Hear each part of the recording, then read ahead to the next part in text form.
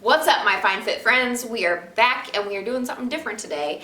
I am going to a cupping appointment. I have never in my entire life gotten cupping done, and I specially requested this specific type of appointment on my leg. But before we get started, make sure to hit that little subscription button because I'd love to have you stick around.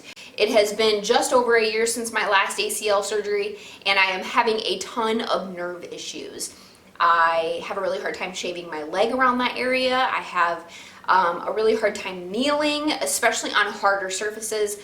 Carpets seem to be kind of okay. It kind of depends on the angle.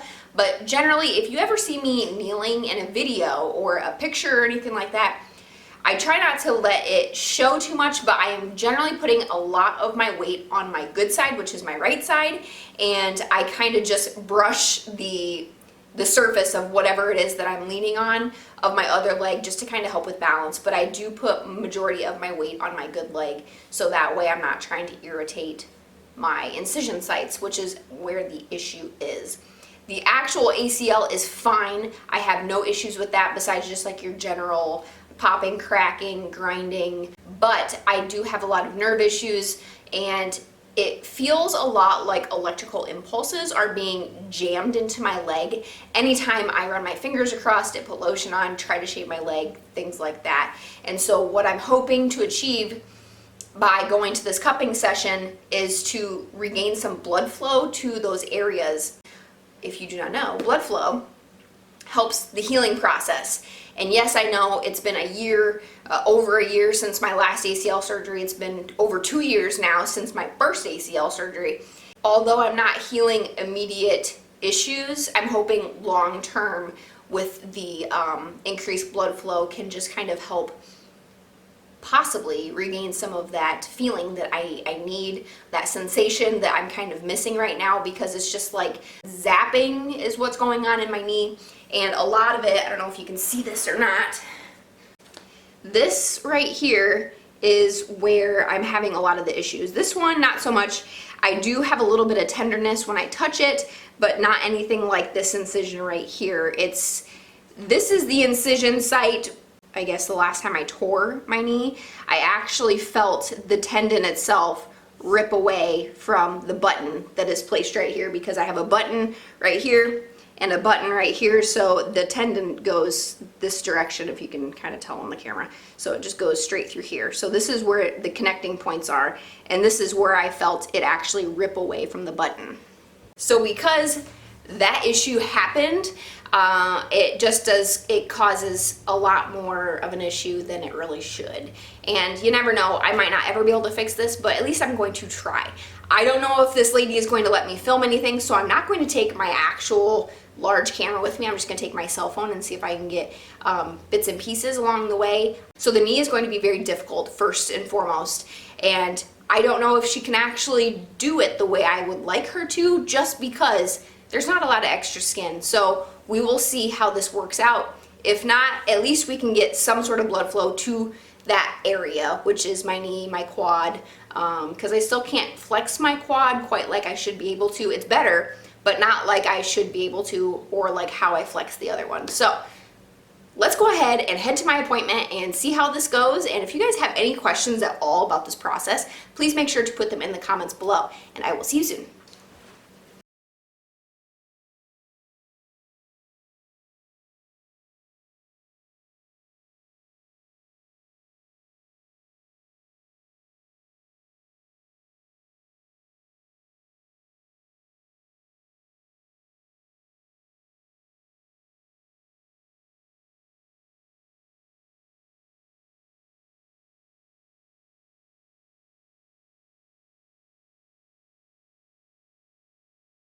So as you guys can see, I have absolutely no marks left on my leg, which is kind of surprising. I kind of pictured those circle imprints that you get when you get cupping done on your back or your arms or whatever, but I'm guessing because I have no excess skin on my leg that's kind of why. So I don't know really how effective this was, since there's actually no blood flow brought to the surface of my skin, but it does feel good. It feels loose. It feels kind of just well relaxed, I guess, just kind of like after a normal massage. When I was there, what she did was she put the cups on, and then it was not what I pictured at all. In my mind, I pictured that you heated the cups up and then set them on somebody's skin, like their back or whatever. But she actually like stuck the cup on, and then she had this pump where she just like pumped all the air out of it and then hoped that it stayed on. It was very strange. So she let them stay on for about 10 minutes. And then after the 10 minutes was up, she removed those cups, and she had a machine that she turned on where she set the cup on, and it sucked your skin up inside the actual cup, and then she moved that around. It did feel kind of different. It was actually more painful than I had anticipated around my incision. It's so hit and miss on that incision and around that incision. It just feels unlike anything I've ever experienced before, which is why I would like it to go away, because it's very uncomfortable. Sometimes it's to the point where it's so painful that I don't even want to touch any part of my leg, and it's weird not being able to or not wanting to physically touch your own body. Like it's just a natural thing. Like when you're washing your hands or you're applying lotion, you don't even think about it. But I consciously stay away from my leg like it's a foreign object that is like gangrene. I don't want to touch it. I don't want anything to do with it. If I didn't have to shave that leg at all, I probably wouldn't. The price was very reasonable, so I'm not sure what it is in larger cities or anything like that, but for about 30 minutes, it was $40, which I think personally, after I gave her the tip and stuff, was very, very reasonable. So my plan is ultimately being able to do this more frequently and staying up on it and seeing if long-term massaging and cupping has some effect on regaining some of that good sensation back and less of the bad sensation. So go ahead and put in the comments below if you've also had this done before and you've had a different experience.